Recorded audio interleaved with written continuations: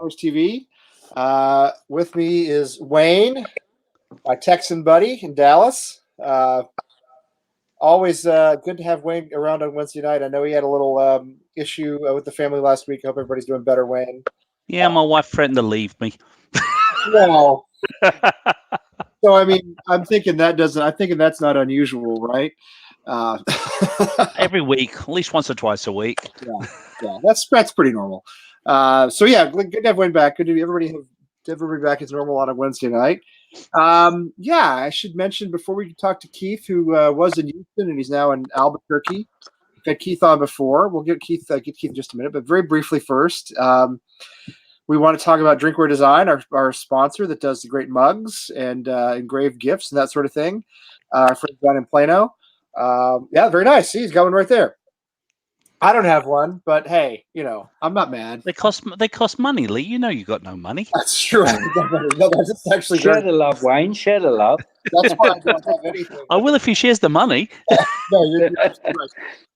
It doesn't take long after the paycheck before the money runs out. So yeah, you're right. Also, if you go to our website, AmericanHammeristv.us, you can pre-order scarves. We still need to sell a few scarves, just a few, before we can actually get them made. So please buy a scarf. I think they're going to be fantastic quality. They're going to look really good.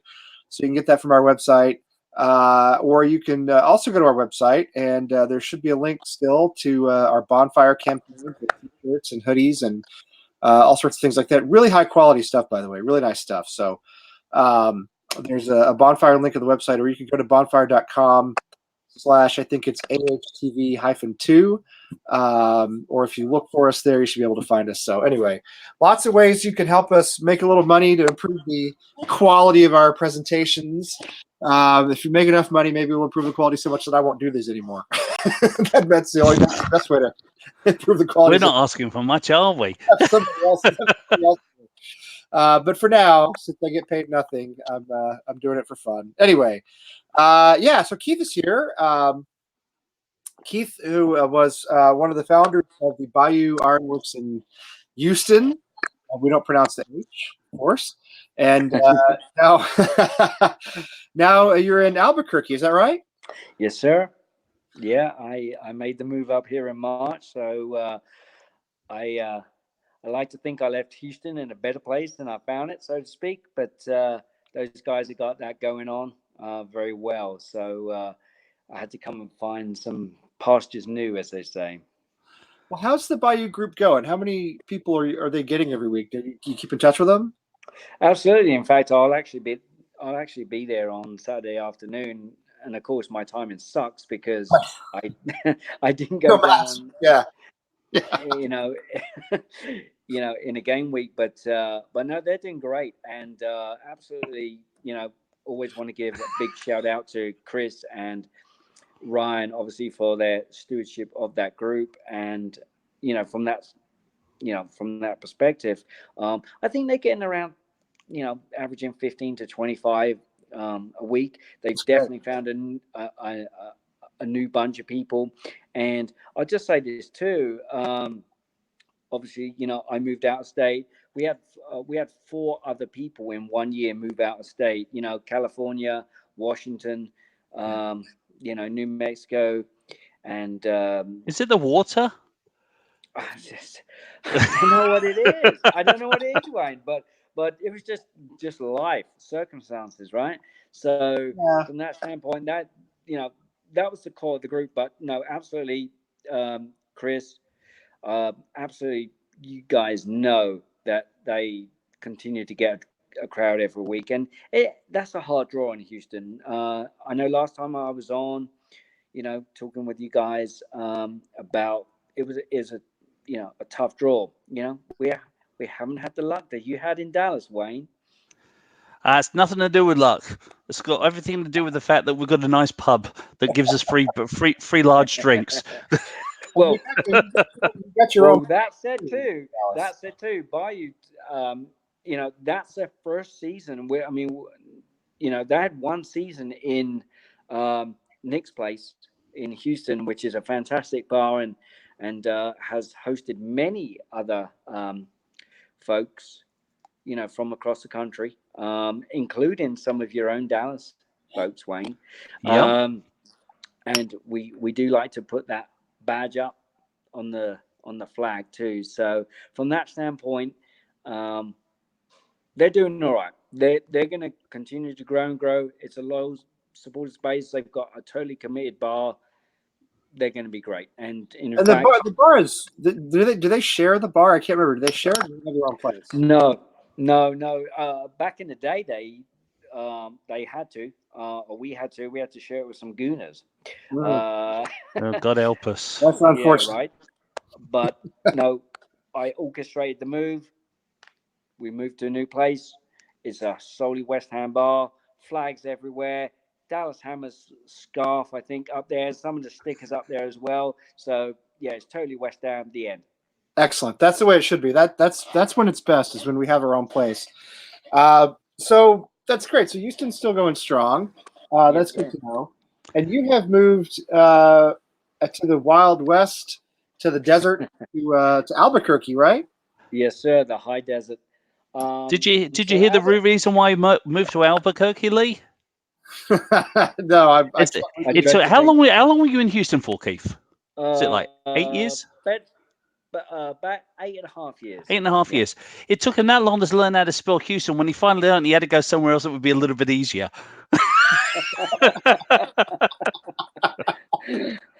That is absolutely true.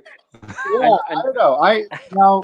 I was thinking, Keith, that I've been to Albuquerque, but it was 32 years ago when I was 13 years old, 1987. I was 13 years old. So, right. I mean, it's probably changed a lot since then. So what brought you out there anyway? That's a long story, but basically a job opportunity came up, which they made it very hard for me to turn down. So I came up here, and it was it was very, very different, despite the fact that obviously Dallas is not a million miles away from New Mexico, obviously, and kind of is though. It's a long. Yeah, I know. I mean, it probably take Wayne as long to get to Houston as it would to here. So yeah, seriously, we're contemplating a drive down to Houston for my daughter's birthday to go to the Space Center, because she wants to be an astronaut now. Yeah, an astro or an astrophysicist.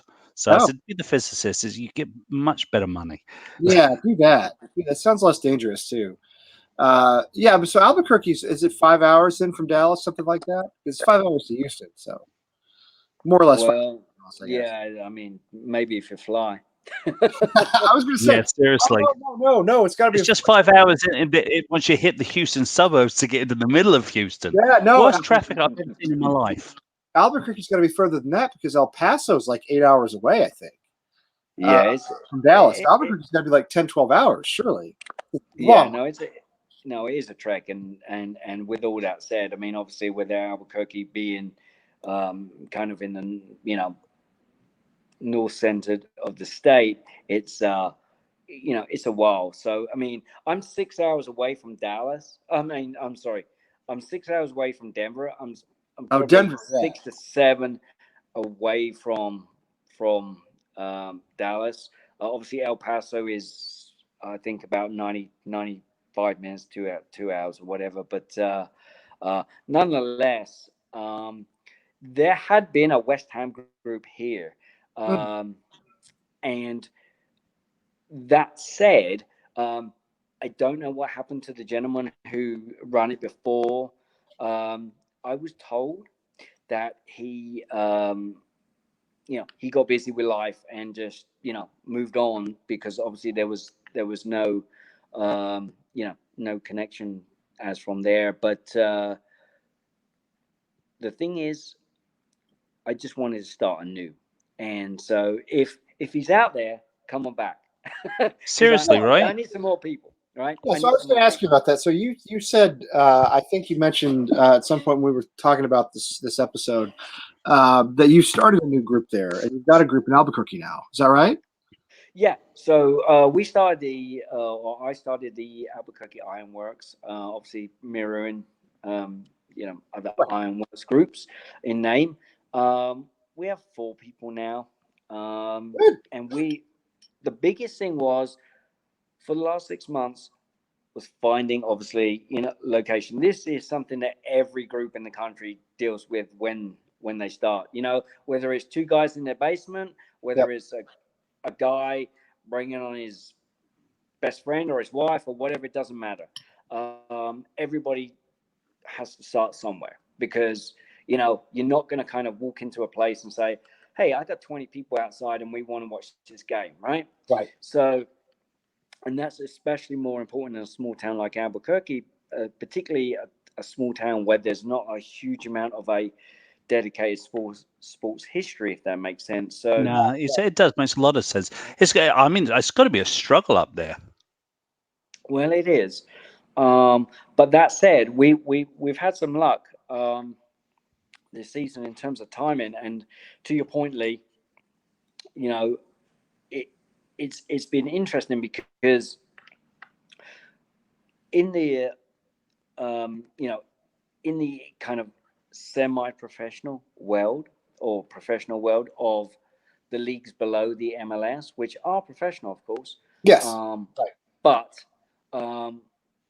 we've got New Mexico United, which have been a kind of a godsend to the explosion of soccer interest in Albuquerque. So, long story short, New Mexico United got started literally with zero fan base.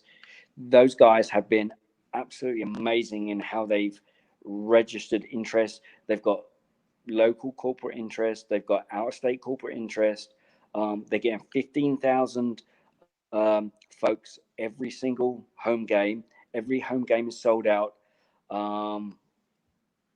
That has been a real catalyst for driving new interest into English football. And just to talk about some of the other English football teams here for a moment, you got a Liverpool official club here. They're getting 50 people a week. Really? You got Chelsea. They're getting 20 or 30. You've got Spurs, 30 people a week too. And again, doesn't sound a lot of numbers compared to what Wayne's driving up in Dallas. No, but for a city like Albuquerque, that's a lot of people. Right. You've got to look at what that actually means. So it's only going to grow. This is like ground zero for football interest. There are so many people out there. I've been to probably half the New Mexico United games this season at home, and you see people walking around with Arsenal shirts, Man United shirts, whatever, right? That's all well and good, but there are a lot of people who don't even have a club. Right. So yeah. So in a way, that's happy hunting ground to bring on new West Ham fans. And so obviously, if you take a position where it's ground zero for zero support, plus of course a bar, pub, whatever, it's not going to bring anybody on because, like I said earlier, nobody's knocking on the door for 20 people, right? You have to just build and build and build, and like so many of the fan groups have done. And so from that standpoint, that's exactly what we're doing. We now have a dedicated pub. It's called the 377 Brewery, which is a fantastic place, and geographically it works really well, simply because it's very close to the airport.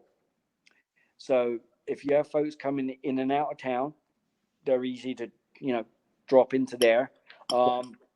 They completely dedicated themselves to showing Premier League this season, and more specifically, after I went in there, showing West Ham as a dedicated place. They're a New Mexico United fan spot as well, and believe me, there's 15,000 people going to those games already. It's the highest attendance in the USL. It's okay. So it is USL, not NPSL. Yeah. Yeah, I didn't know if it was NPSL or USL. Right. No, it's the division below Right. Major League. So from that standpoint, it's the highest, attendance bar none. Their merchandise sales outsell more than half of the MLS clubs, believe that or not, because there's such an energy behind that. And so when you put all these factors together, it's a good place to launch a club. Though, of course, it's always about, a catapult in essence. It just has to be a catapult. We need to get people into the club. We need people supporting the club. West Ham's a great club to support, right? So from that, I mean, the fans are great. Yeah. Right. Yeah. The misery is great. Yeah, So, exactly. It's camaraderie, Keith. It's camaraderie. That's what we call it. Absolutely. Yeah, So we got it all moving, and in a way, it's it's very, very different to the Houston dynamic because obviously, Houston's so large, 5 million people, but a lot of expats, a lot of transient people, people come in, boom, boom, boom. And none of the clubs in Houston have any more than West Ham at this point. So we kind of decimated Arsenal out of Houston, and I'm very happy about that. That's awesome. And Wayne knows that from our conversations of old days. So, bottom line is, we are absolutely working to make Albuquerque Ironworks a piece for the Mountain West. I know the Denver Hammers very well. And in fact, I even gave space for those folks to come onto the board. So Gina from Denver, for instance, she's the admin up there. You know her. She's been on. Gina. Yep, we've had Gina on the show. Yep, fantastic. We love Gina. And so we're in constant contact for Ironworks and of course the respective clubs. We even flirted collectively with the idea of having some kind of Mountain West team, but you know what?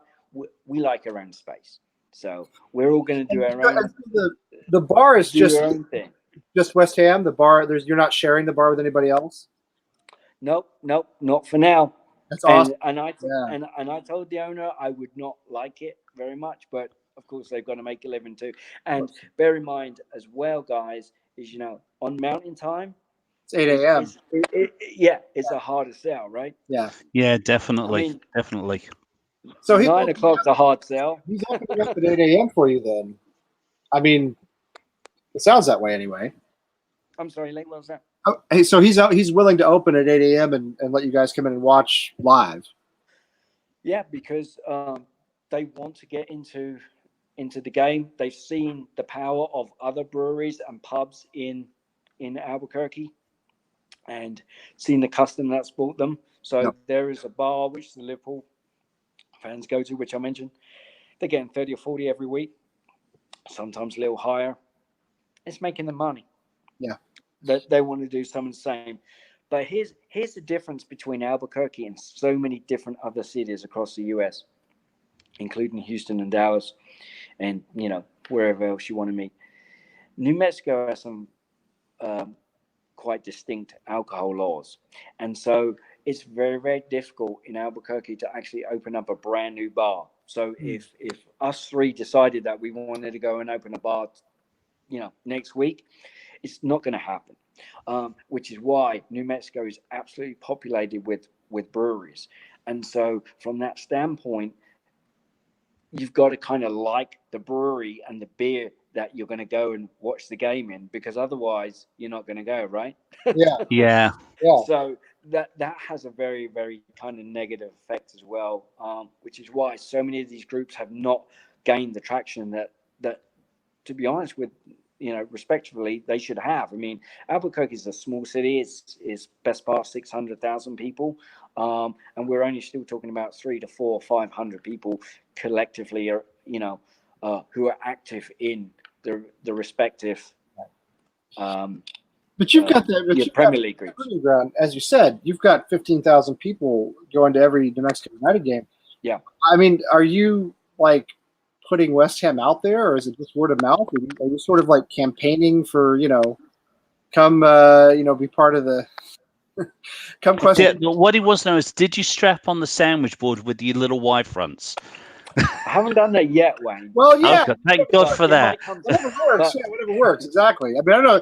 You guys have like a social media thing, or are you like shaking hands outside the stadium, like come, So on Facebook, there is no, it's great questions, and I'm not, as I said, Wayne, not immune to doing it if I got to do it, but yeah, we know. You and me both.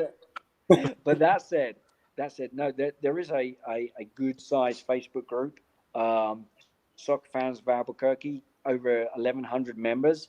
And again, everyone clusters around their groups. Obviously, West Ham being a new thing in there, we're just establishing ourselves as a presence there. But again, you've got to think back. Literally, a lot of the exposure that folks have had here has only been to New Mexico United.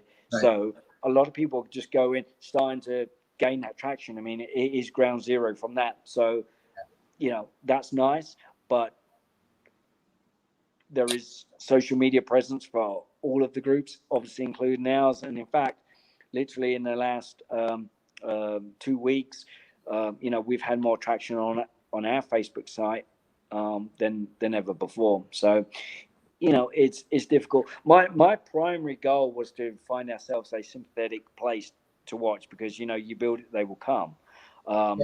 Yeah, no, I think and you've got to have your own place. I mean, from everyone we talk to, from all the supporters groups around the country, it's so much better when we have our own place and it's just West Ham and you're not sitting there with, Arsenal or Tottenham or Liverpool or whatever.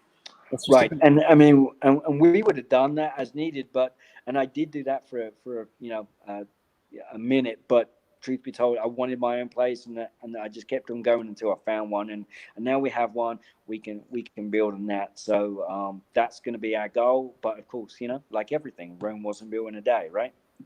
No, but I think it's a great story that you've got going. I think it's a fantastic story. I mean, building on your experience in Houston and taking it to a new city. I would think too that one of the advantages of being in a place like Albuquerque is, I mean, you're not fighting an established sports entity there. Like, it's not an NFL city. Right.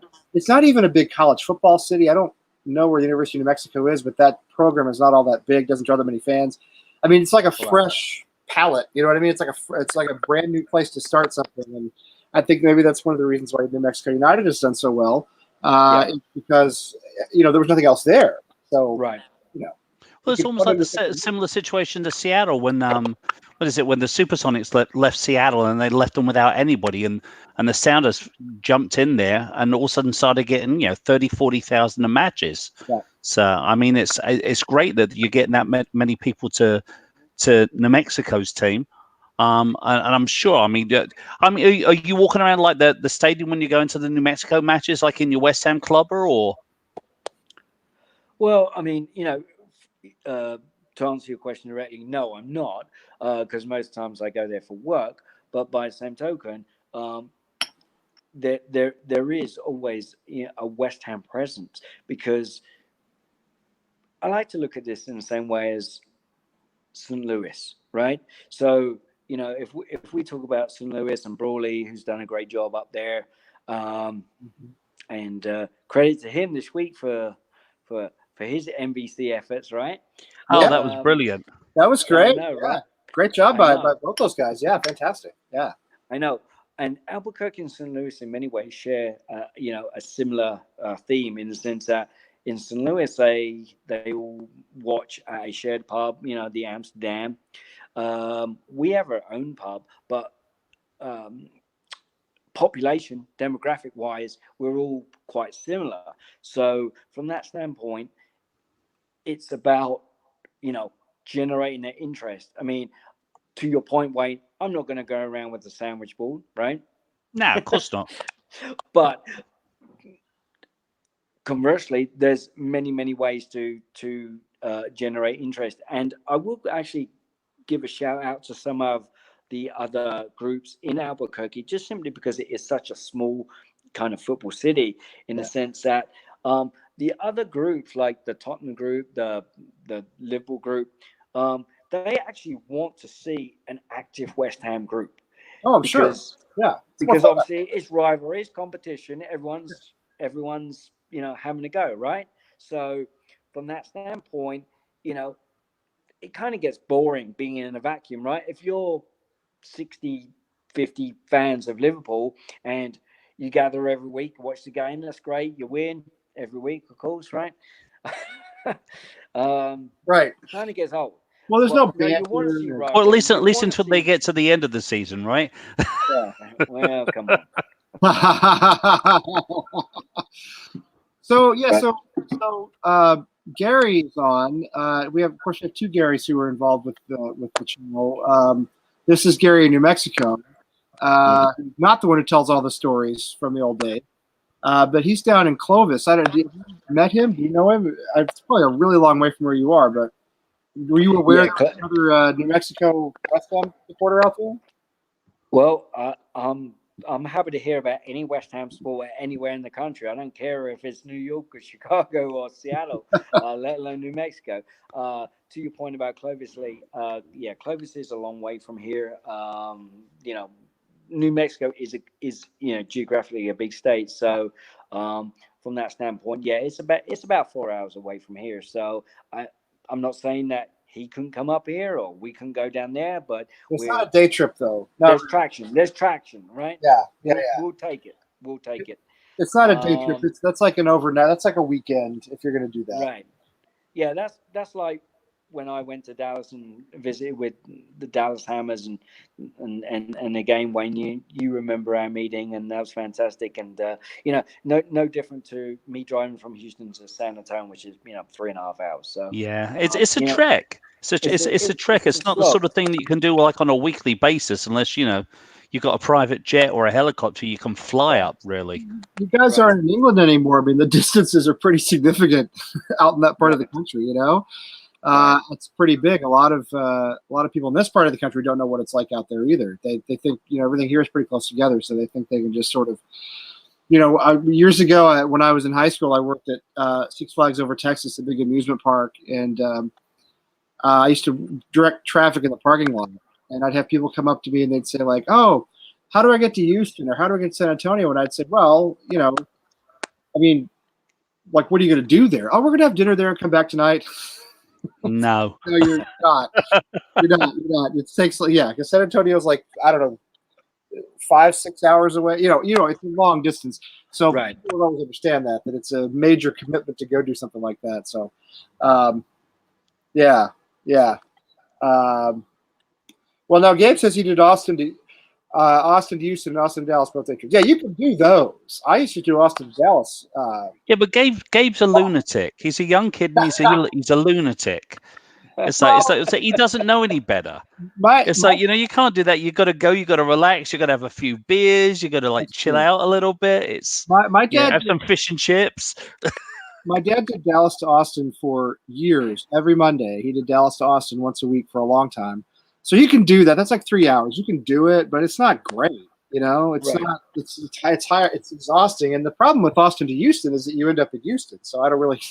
I don't know what the point of that is, but so we should give a little shout out to the chat room. It's a small crowd tonight in the chat room, but they're paying attention to us. They're chatting. So Gabe's obviously here, Brian's here, Gary's here, Neil from Australia, always here. Always good to see him. I'm trying to scroll up on this thing. This stupid Mac is the hardest thing to. There we go. Still use my brother-in-law's old MacBook, by the way. So buy some scarves, buy me a new computer, so just operate this thing. Ryan Beck. I mean, I haven't been on in a few weeks, but is Ryan? Are you somebody new, Ryan? Yeah, Ryan is here. I think Ryan's been on before, but I haven't been paying very much attention. So yeah, maybe he'll tell us. Is this Ryan from Houston? Is it Ryan from Houston? Tell us, Ryan, if you're still around and you're from Houston, let us know.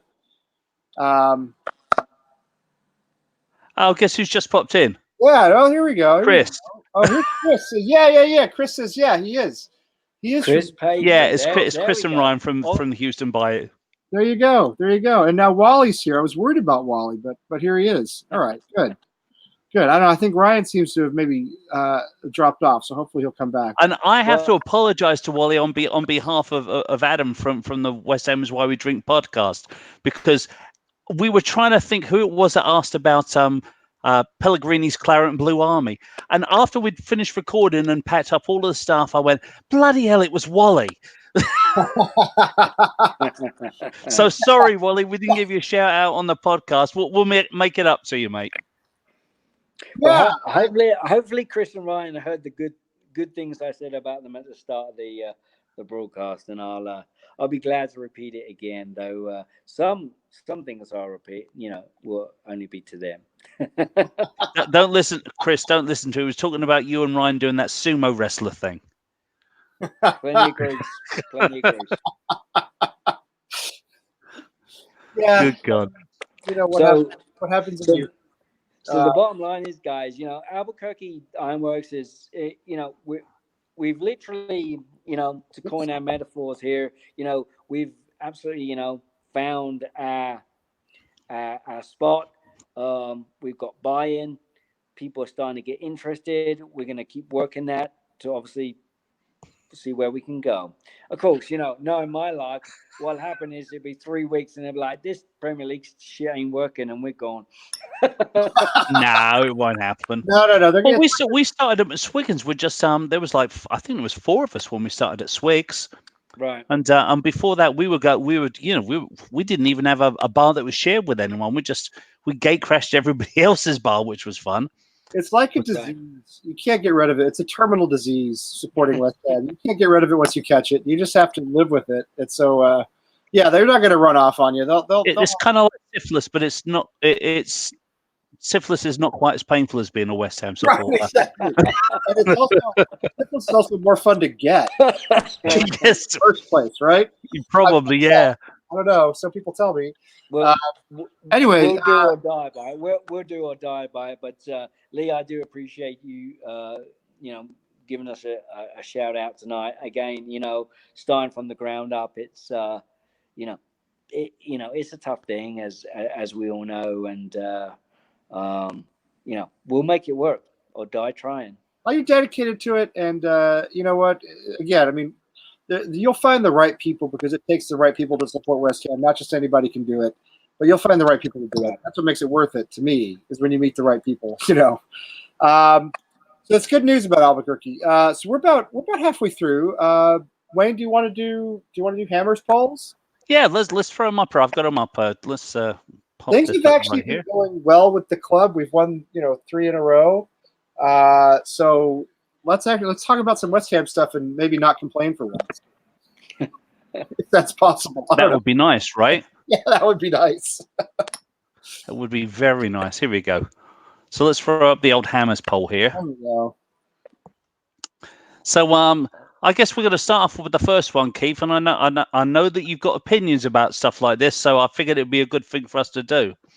So Hammers polls had something here. They said club captain Mark Noble has already scored one this season. I'm guessing he's talking about penalty kicks, and has been our regular penalty taker in previous seasons. But who's been the best over the years to hold their nerve from the spot?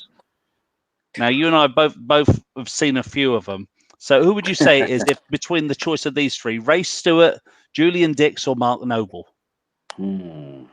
Well, It's a tough question. It is a tough question, but again, I'm going to speak to history. I got to go with Ray Stewart. Yeah, I think I'd agree with you on that one, mate. I do. Yeah, without a doubt. I mean, Noble's it's a different era, and I think it's going to be interesting to see who's good at penalty kicks going forward now that they're super analyzing every bloody thing on penalties now. It's ridiculous. How about you, Lee? It's hard for me to say, because I really wasn't around in the Ray Stewart or the Julian Dix era, unfortunately. So most of what I know about what they did is from YouTube and highlights and that sort of thing. So I couldn't really tell you, to be honest. I accused myself on this question for being too American. Oh, blimey. Yeah, I think most of the people answered it are newbies. Yeah, no, it's probably a recency bias there. Yeah, no, I would think that's probably true. Yeah, and everybody loves Mark Noble, right? So Yeah, Right. But I'll tell you this. I've seen a couple YouTube clips of some Julian Dix penalties that I thought were going to rip the net off out of the ground. I mean, absolutely amazing power that he got on those things. So it'd be hard to vote against him. But again, I wasn't really around like in those days. So I think if I had to put Dix up against Nobes, I would choose Nobes. I think Nobes has got a little bit more finesse and just a little bit more laser focused on the penalties. So, but Ray Stewart was just a phenomenal player. I would absolutely agree with you, Wade. I mean, if I had to pick between the two, Nobes, obviously. But conversely, I mean, Ray Stewart was a class of his own. But yeah. But how many penalties do we ever freaking get, guys? Come on. Right? Seriously. Yeah, this brings us on to the whole VAR thing. What's going on with that lately? I mean, why the hell didn't we get a penalty when they yanked down Aller down in the box last week? It was just what the hell was that? It was an absolute, unquestioned. We got screwed over. Yeah, we did. Well, and this is what bothers me. We talked about this on Sunday night too. This is what bothers me about VAR is it's going to suck the drama out of the game, right? You're not going to be able to celebrate a goal now because everybody's going to wonder, oh, does it count? Is there going to be a review? It's like if you watch football, American football, and like when there's a kick return for a touchdown, everybody looks around and looks for the flags. Is there a flag? Is it coming back? It's going to be like it's going to suck the drama out of the game. So if it's going to do that, we at least should get some benefit out of it, right? I mean, definitely. And that was, to me, a stonewall penalty. And I mean, everybody on social media, everybody who's talked about it has said, it's a penalty, period. Why does that not get reviewed? I have no idea. It's a close call in the box. It's a striker call down in the box. Clearly, if any, a 10-second review. And yeah. That's my thoughts on it. You know what, though? I do think part of the problem is the refs aren't trained in how to use it.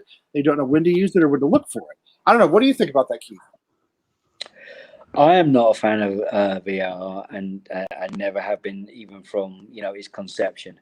For me, as so many people have said, it kind of disrupts the rhythm of the game. It does. The cadence is gone. Now, yes, of course,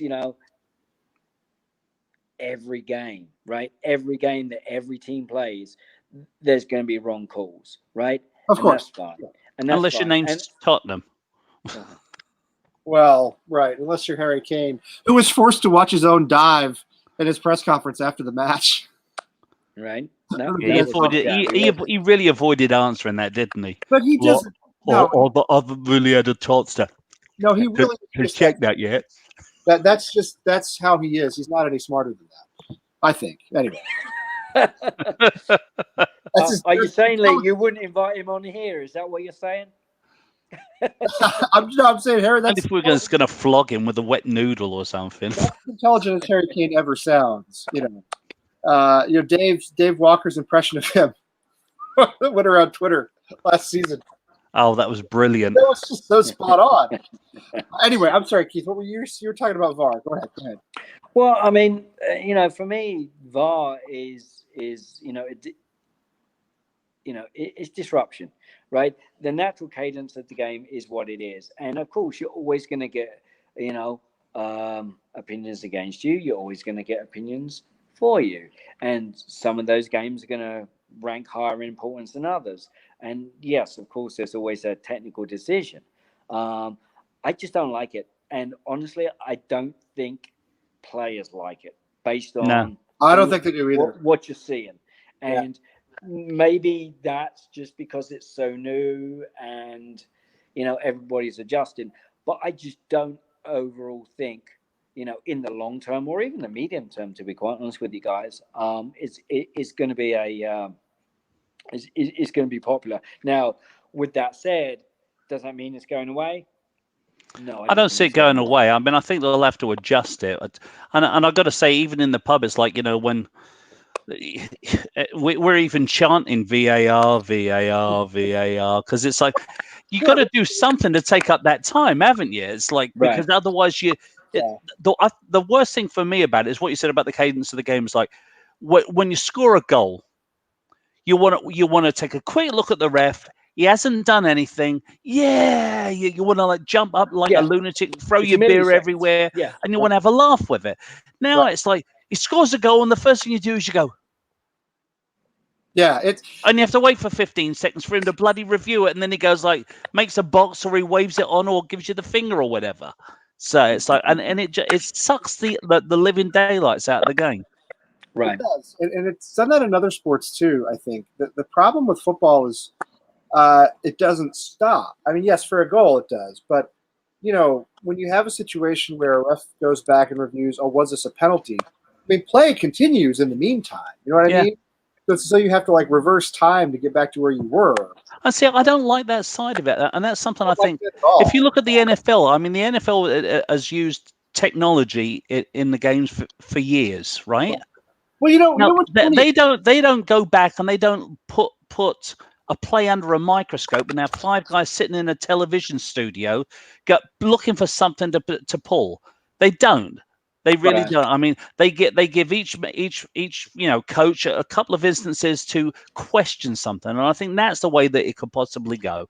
And that way, if you question it and it's good for you, it's good. And if not, you lose the opportunity anyway. So put it in the manager's onus to make that call. Yeah, I feel the same way. I think there has to be a better system than having an incident happen and then having play continue and then the referee coming back and saying, "Oh, actually, let's take a look at that." So none of the last 30 seconds or a minute didn't count all of a sudden, or maybe it did, but it didn't. We don't know. Football stops, right? American football, hockey stops. All these other sports, basketball. I don't even know I don't really watch much basketball, but basketball, baseball never even starts. So I mean, those things have constant stops in them all the time. Football, as we watch it, is not that way. It continues. I mean, rugby's had the third match official for a long time checking tries and that sort of thing, and that's a little better because then at least you've had a try scored and you're looking back to see whether it was scored or not. So everybody's taking a breather anyway. But the whole idea of let's stop the match and look at the penalty, it's clunky. It's just not needed. And then the whole notion of saying, oh well, don't celebrate this goal quite yet because it might not be a goal.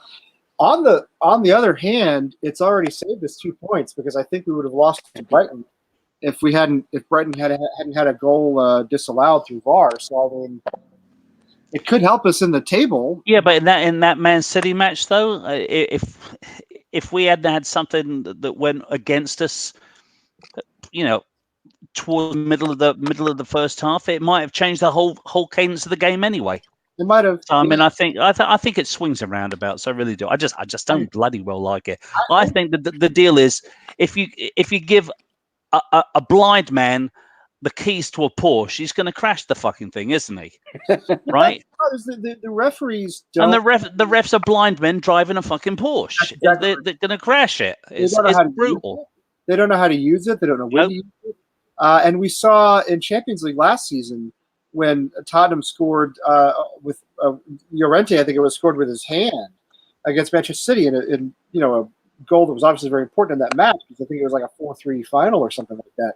That went to VAR and they still got it wrong. They never did get it wrong. They watched the replay, but they didn't watch it from the right angle. They're not. It's what happened in the NFL was they brought replay in the 80s. And it was kind of a bust, and they took it away for a long time. I remember that.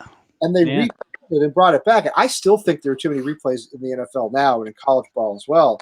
But it's better than it used to be. So maybe we'll get a break from VAR where, it has for a couple of years. And then there'll be, a kind of a reassessment. And it'll be like what you said, Wayne, where maybe the manager will be able to say, all right, I'm challenging this. I'm challenging this goal or I'm challenging this penalty decision. But we don't have this constant sort of like, are we stopping now? Are we playing? What are we doing? Because it doesn't work for this game. I think the way that they could even it up is if the VAR team makes a decision that you're not happy with, and then it should go to another crew, and if they get it wrong, then that VAR team should have to come out into like the middle of the stand and let the football supporters kick the shit out of them. I think that's what they should do. I think that's what they should do. Then it would really add to the cadence of the game. It would be fun. It would be fun to bloody watch, wouldn't it? Yeah, So, yeah, it would. Well, who knows? Maybe it's a step to monetization where they'll run ads or maybe we'll get the Hammerettes back waiting for the VAR. oh, they were lovely, how weren't about they? that, They were right? some right old slappers. I mean, I'm not sure who's watching this who remembers the Hammerettes, but I know Wayne and I do, and we'll watch them for 20 fucking minutes waiting for a decision. Serious? Right? Yeah, I'd watch them. I mean, watch them going like this, drooling. Yeah. Let's be honest, though, Keith. They were some dodgy looking birds, though, weren't they? They really were dodgy. Well, shit. 3 miles away in the bloody Upper West Stand, who knows, right? Seriously, there they were double dodgy. They really were. They were like, oh, cool, blimey. I mean, when I think of that, and then I think of the Katy Perry when she was going out with Russell Brand, and she wore that West Ham like little outfit. I was like, now if the Hammerettes look like that, I'll be interested. Yeah, that would be Definitely. I think, Wayne, you had better seats than I did back at Upton Park. That's all I'll say. Well, the problem is my seats. Whatever I was viewing through the bottom of a bottle. Fair play. It's like what it was like back then. Is you go for a couple of pints beforehand, So, couple of pints beforehand, and then you get there, and I'm like, and I just get tired when it's going on. So, and plus, depending on what I'm drinking, I get a little bit ornery. Yeah, and I'd be like, I'd spend most of the time looking for someone that we were going to pick on afterwards. alcohol plus watching West Ham. Yeah, I mean it's combustible, right? There's ignition. It can alter your mood. Absolutely get it. Yeah. It goes good together. It really does. It really does go good together. So we've got another poll here, and I think this one's pretty cool because let's see, Rice on Manchester United. I think I've got the ability to play for a club like that, but it's all about the timing, and I don't think the timing is right for me at all. Will the young star be at West Ham beyond his current contract? Keith, what do you think? Great question, Wayne. I saw this today. I would have preferred it if he said, I'm more focused on what I'm doing at West Ham right now than to talk about other clubs. Yeah. That said, the guy's 20 years old, right? Mm-hmm. He's asked a question, and I think this was in the UK football magazine 442, or one of those that came up. So like all of these, annotated quotes, it's contextual. That said, that was the answer that I would have preferred he gave. Is he good enough to play for Man United? Lee is. Anybody is right now, right? Anybody in the chat room. I mean, shit, yeah. Anybody in the chat room on the podcast pre-season, probably, right? Yeah. Is he good enough to play for one of the, the top three?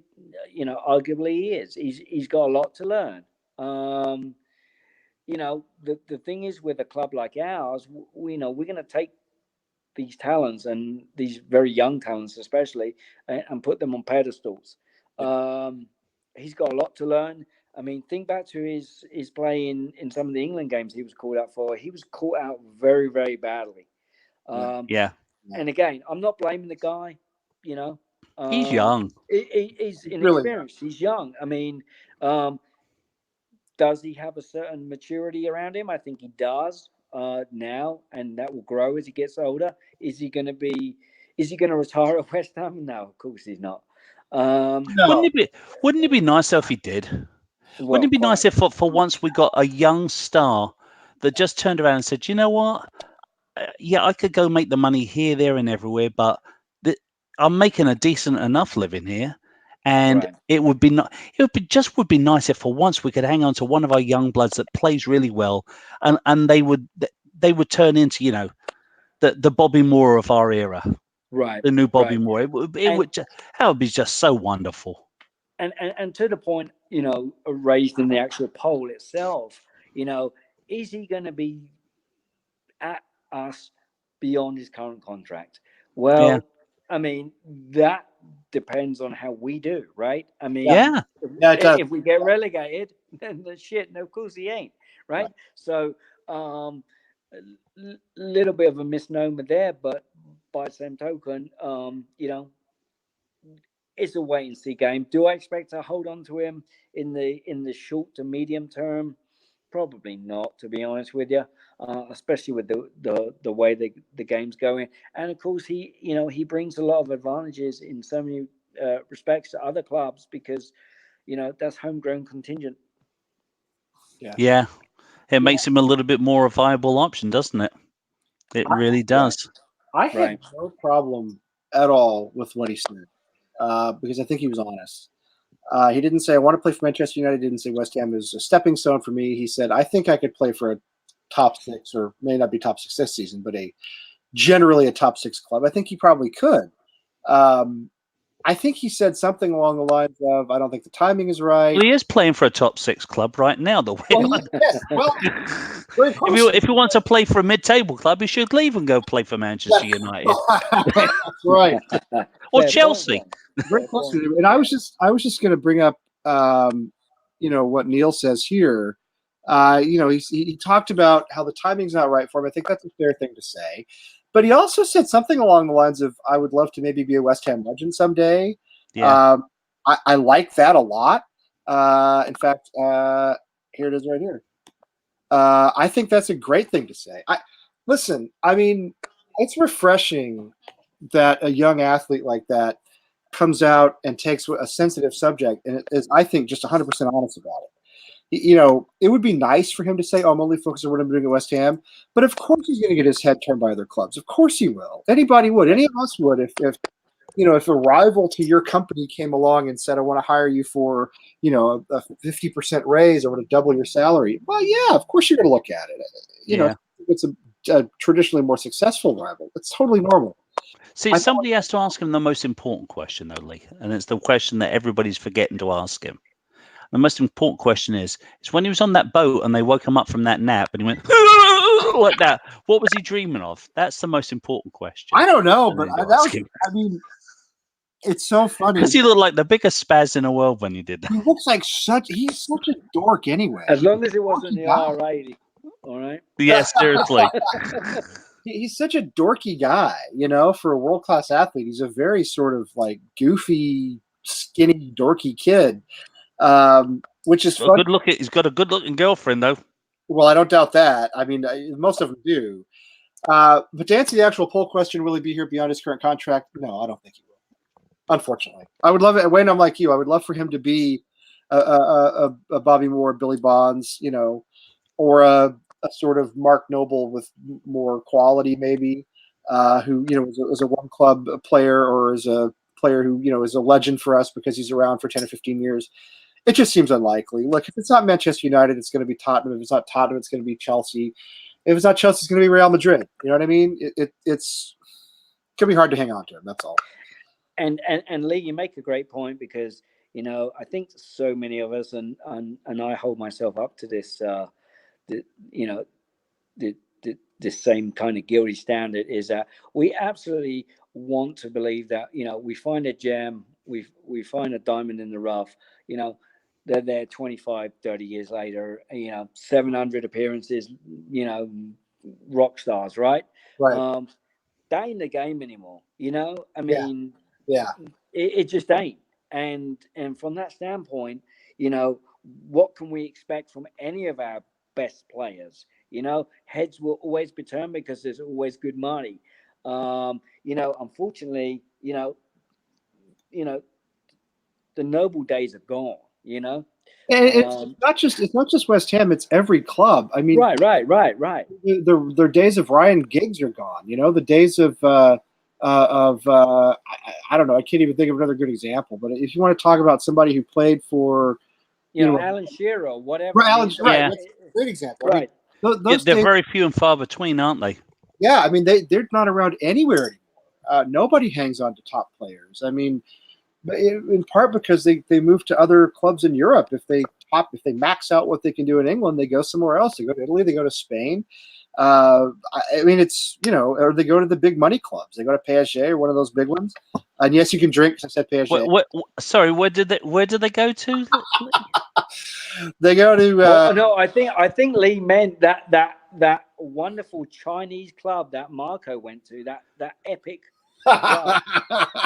Oh yeah, Yes. Marco who? Marco is my 6-year-old son's best friend, who is going to be on the team this season. So I'm very excited about that. That's the only Marco I know. There's no other Marco I can think of. So, he's dead to all of us. I like it. he's dead to all of us. Yes, I do still have his shirt, but whatever. I'm not gonna get rid of his shirt. Wash your car with it, mate. Come on. No, I wear it. It's expensive. Nobody here knows who he is anyway, right? I'm not gonna get rid of it. Come on. I have shirts that I wear. It's a time capsule. Let's always say that. Well, I can always say that he got me banned from Twitter. Because right now I've got a picture in front of me when I was 7 years old with a bowl haircut. Right? Show it, mate. Come on, I dare you. I dare you. But I'm just saying. There you go. No, listen. It's a black shirt, the black away shirt for the season when he basically saved us from relegation. Great shirt. I love the way it looks. Unless I'm hanging out with Ken or Tim or one of the guys from Boston Hammers, nobody's going to ask me about it. Nobody cares. So, it's kind of nice. You know what I mean? Yes. And I did think about this, PJ, but you know what? I'm very, very careful with my shirts, my West Ham shirts. I keep them in a special bin in the closet. I fold them the special way that we learned to fold in Neiman Marcus when I worked there. I hang them dry. I'm very anal about it, to be honest. So yeah, I wear mine till they fall apart. Put it like this, Lee. Put it like this. I can guarantee both Wayne and myself have put plenty of West Ham shirts in the bin over the years. Oh yeah, tons. Yeah, I know. Not and more in more recent years because they don't bloody fit me anymore. Well, now that's what's nice is I can wear my old ones now because I've lost some weight over the last year, so I can go back to the ones I bought in like 2007 and I can wear them again. So yeah, I have them all. I can never wear my young'uns, no way at all. I've started giving them away to people. I'm keeping them all. If I could walk down to the club shop and buy one, maybe it'd be different. But getting them shipped over here and how much it costs and everything else, man, those are like the most prized possessions I have, basically. They have a place of honor in my closet. Anyway, so we're getting down sort of toward the end. So Wayne, do you want to do? We should run Keith through the 10 questions. We'll have Keith run the gauntlet. You take that the screen down, Lee, and I'll see if I can find the questions. Okay, I just did it. I have the questions. If you've got the old one. By the way, PJ, if you want to alter my Arnautovic shirt and you can get the name off of it, I'd that'd be great. Keep it. I've still got a Payet shirt. Now, see, that year I bought a Lanzini, which I still have. I'm so glad I bought myself a Lanzini. I bought my friend a Payet, and he's got the Payet, but I've got the Lanzini, and that was just, you know what, that was just good luck. That's all. We had a geezer in the Dallas Hammers, actually, a guy that formed it with me, and he got a personalized Payet number plate on his car.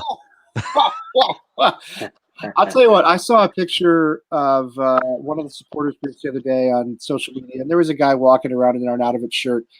I mean, when we went to the thing in Boston, when Tim and I went to the Premier League mornings thing in Boston, you saw people in every shirt you can imagine. So yeah, right.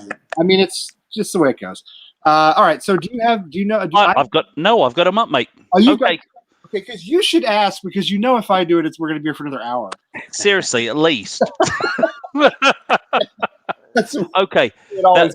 That's why I did, Keith. This is seriously why I put in block capitals at the top of this paper. Quick fire questions, but I don't think that Lee can read English. It must be all those years he spent in France.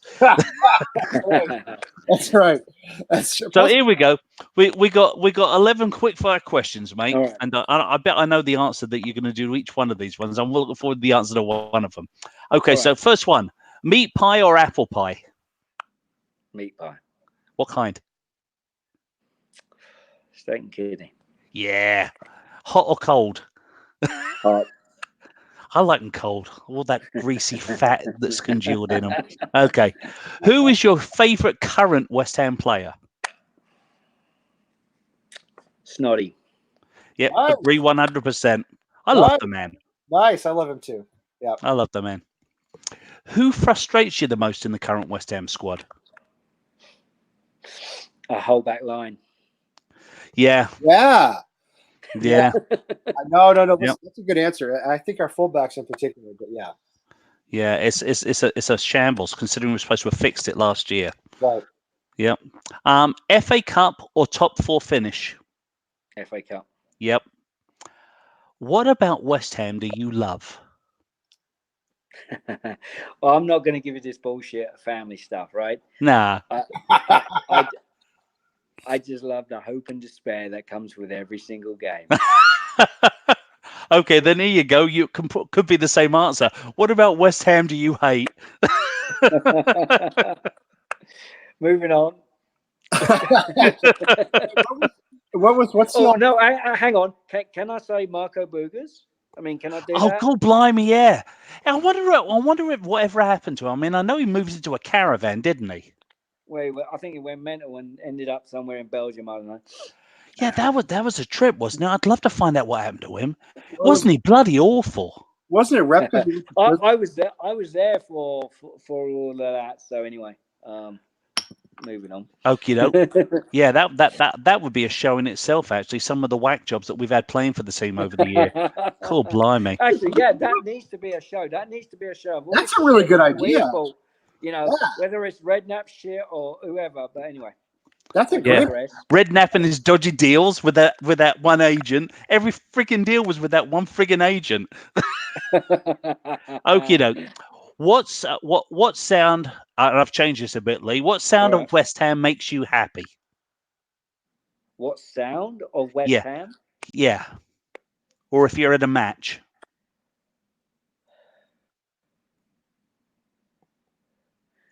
Silence, apparently. So, I know you got me there, guys. It is a weird question. See, I'm thinking back to my days at Upton Park and what have you. No, it probably be like, what are you drinking, love?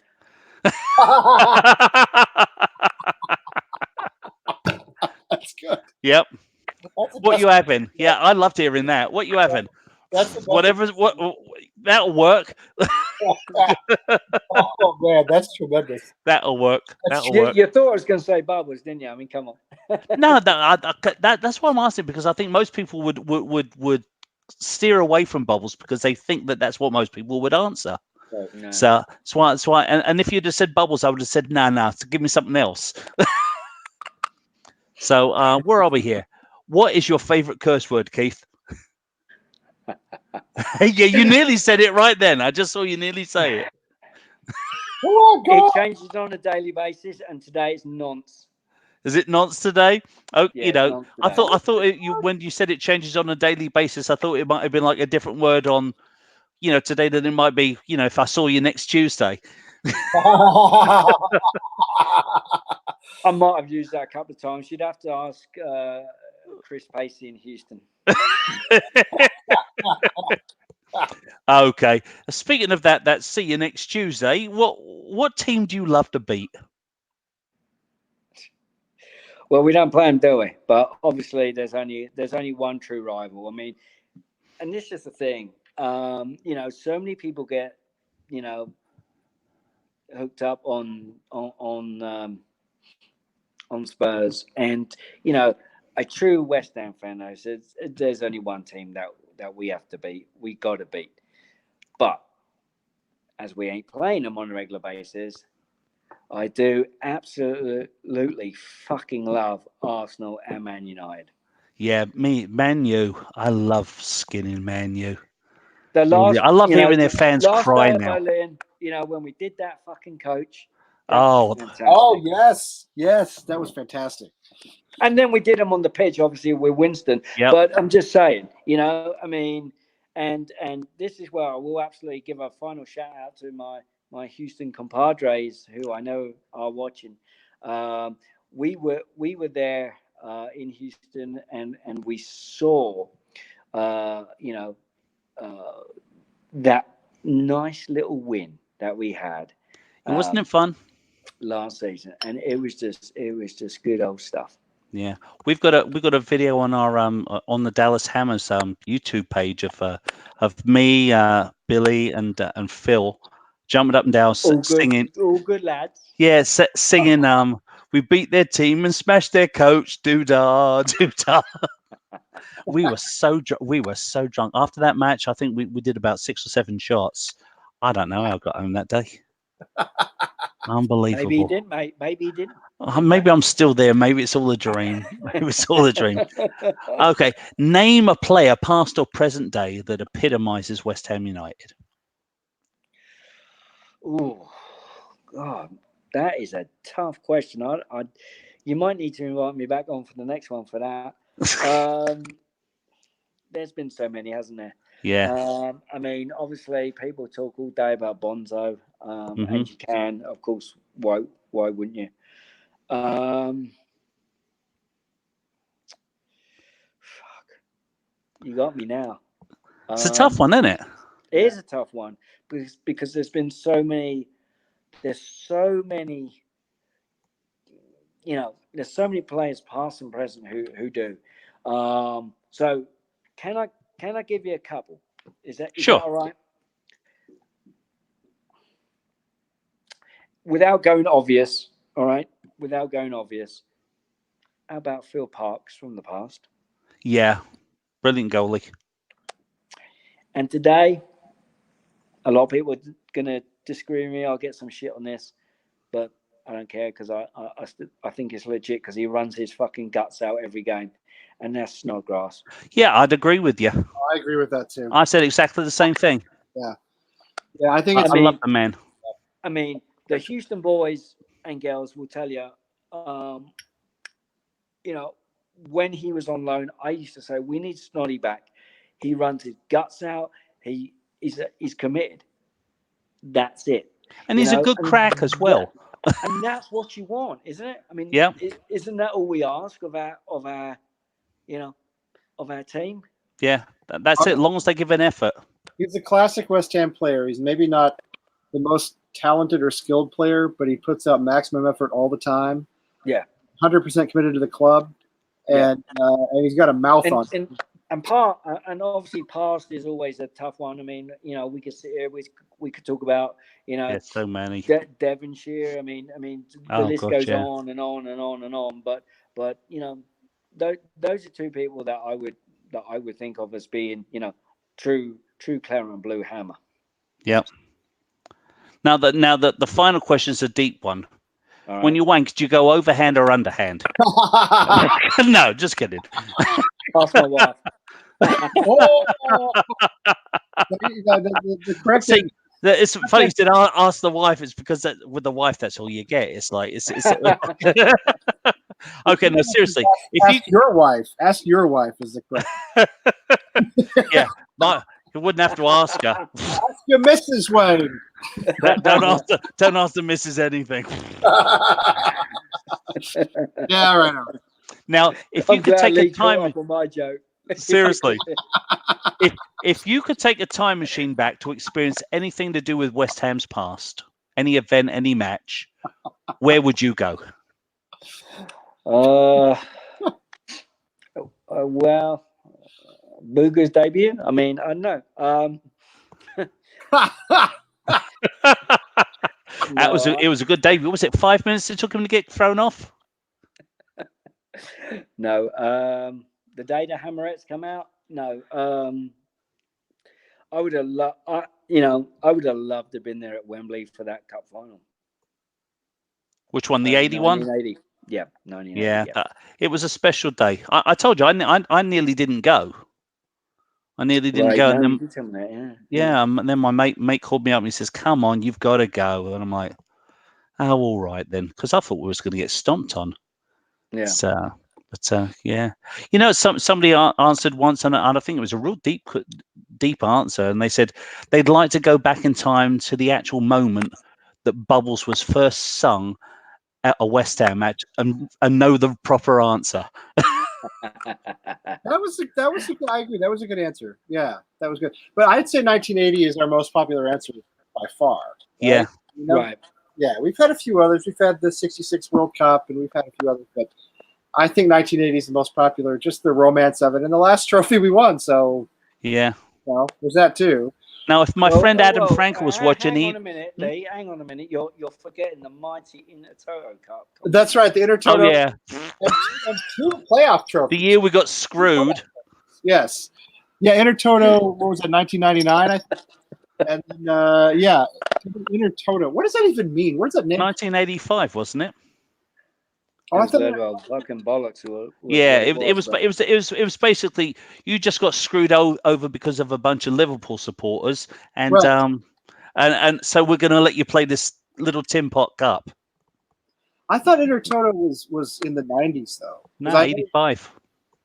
Are you sure? Because I'm pretty sure it was 85. Yeah. All right. Well, I understand because of cool Stato. Somebody will tell us for right. Because of Heisel. Yeah. 85. But anyway, yeah. So we had 2 playoff trophies too. We had 2 third-place trophies, right? We had True. We had the one from, I love how we celebrated because we came in 3rd place in the fucking championship. Yeah, you know what?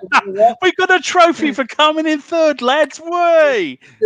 It's still my best. Yeah, the guys that go up don't get anything. They don't get a trophy or a match or anything. No, it's just, to me, it just seems it's perverse. It is perverse. But it's my best day as a West Ham fan. My best day as a West Ham fan was still even better than getting to go to the Boleyn, which was fantastic. That was for a Premier League match in February. My best day as a West Ham fan was still watching at my buddy Ken's house as we beat Blackpool to go up. That was still my best day.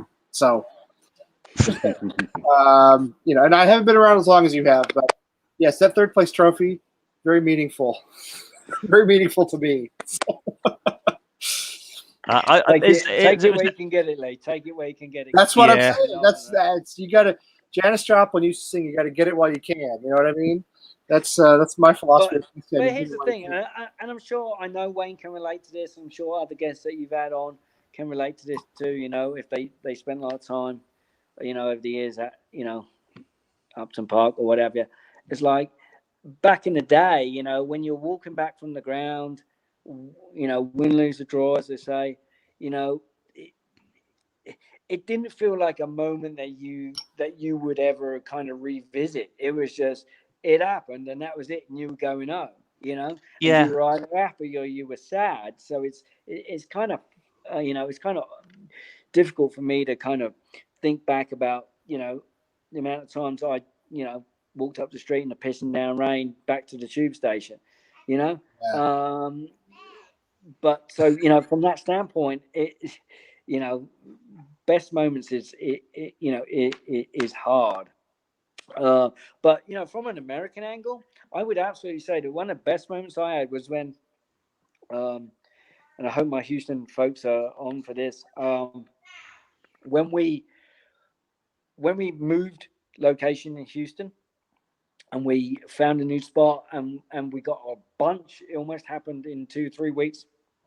A bunch of new guys coming in, and I turned around, and whereas before it'd been like 5 people on a good day, and I turned around, and it was like almost 20 people for one game. Yeah, which was meaningless. I turned around like, fucking hell, this is actually, this is a camaraderie that I want. That is one of my best sort of US moments of West Ham. That's a great feeling. Awesome.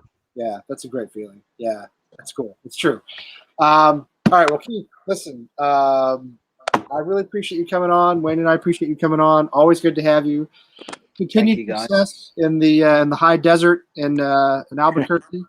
Sure. Yeah, it's remote, but I know you're building a good West Ham fan base out there, and we're 100% in support of you. So tell us the name of the brewery again. 337 Brewery, is that right? 377 Brewery. 377. Okay, 377. Yep. All right, so it's a good spot. It's close by the airport, and it's very military friendly. That's where they get the name from. The Air Force Base here, and so a lot of veterans and current serving military folks go in there. So it's a good spot to come in there. That's great. That's fantastic. Well, I know with you heading it up out there, mate, they're gonna have a big group soon. Thank you, Wayne. Absolutely, no question. Cheers, Yeah, Lee. Wayne. Listen, glad to have you back. Good to talk to you. Tim, I guess will be on tomorrow night with somebody. He usually is. I should really check the schedule before I get to the end of the show and have no idea what we're doing the next day. But there's always something on Thursday. Tune in on Thursday at 9:00 Eastern because there's always somebody doing something. And then we have all this stuff now on the weekends. There's no match this weekend, so there won't be any match reactions. But I'm gonna sleep this weekend. you know what? This weekend is listen. There's no TCU football game this weekend. There's no West Ham this weekend. I'm going to take a little sports break this weekend and just not worry about anything, not be stressed, not be frazzled, and then we'll start it all again next week. So. Well, guys, before you go, I can't show you my dreadful bowl cut because that would be terrible. But maybe you can see this. I don't know, but this is old school academy badge there. Oh, yeah. God. I did not get robbed from my house when I recently moved. So there's that. All right. Nice. Gosh, I Actually, don't have any of my stuff from back then. Too many ex-wives. Too many ex-wives. And because you were so patient, don't edit this out. This is full kit wanker of me. You can't probably see that, can you? Oh my God! Look at that bowl haircut. Hey, You probably Keith, can't you've got hair in that picture. I know. you can't be a full kit wanker when you're a kid, right? There you go. Kids can get There away. you go. Kids can get away with that, surely. Yeah. I'm a good sport. That's all I'm It going was, it was when he turned up in Dallas wearing the full kit that was a bit off-putting. I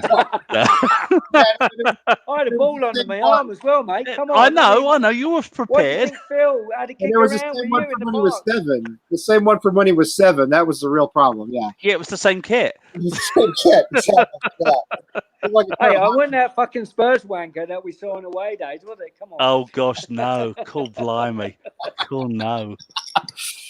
All right, I'm about to turn into a pumpkin. So everybody in the chat room, hopefully we'll see you tomorrow night. Keith, appreciate it. Wayne, appreciate it as usual. And thanks for watching. Come on, you Irons. Come on, you on. See you, lads. Thanks, guys.